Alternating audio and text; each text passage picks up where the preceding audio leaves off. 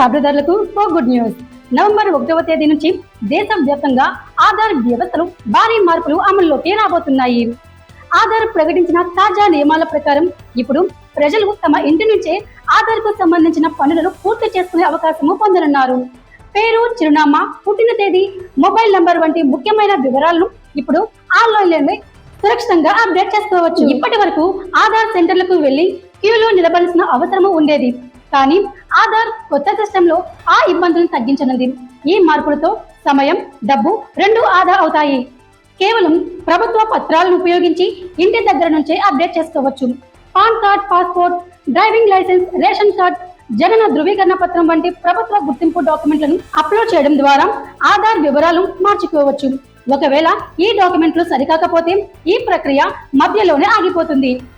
ఇదే సమయంలో UIDAI ఫీజులలో కూడా స్వల్ప మార్పులు చేసింది.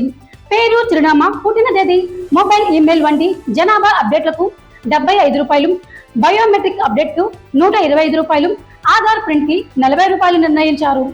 5 నుండి 7 సంవత్సరాల పిల్లలు, అలాగే 15 నుండి 17 సంవత్సరాల వయసు గల పిల్లలకు ఉచిత అప్డేట్ సౌకర్యం ఉంటుంది. ఇప్పుడు ఇంట్లోనే ఆధార్ కార్డ్ తయారు చేసుకోవాలనుకుంటే అదే చిరునామాలో మొదటి సభ్యునికి 700, ప్రతి అదనపు సభ్యునికి ₹350 చెల్లించాలి.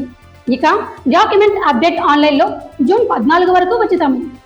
మరో ముఖ్యమైన అంశం ఏంటంటే ప్రభుత్వం డిసెంబర్ 31, 2025 నాటికి ఆధార్ను పాన్తో లింక్ చేయడం తప్పనిసరి చేసింది.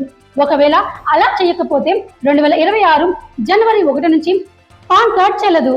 KYC ప్రక్రియను కూడా ప్రభుత్వం మరింత ఈజీ చేసింది.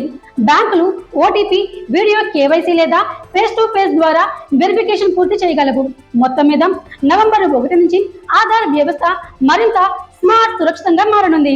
UIDAIలో కొత్త మార్పులతో ప్రజలకు సౌలభ్యం, వేగం, ట్రాన్స్పరెన్సీ అన్ని ఒకే దారిలో అందుబాటులోకి వస్తున్నాయి.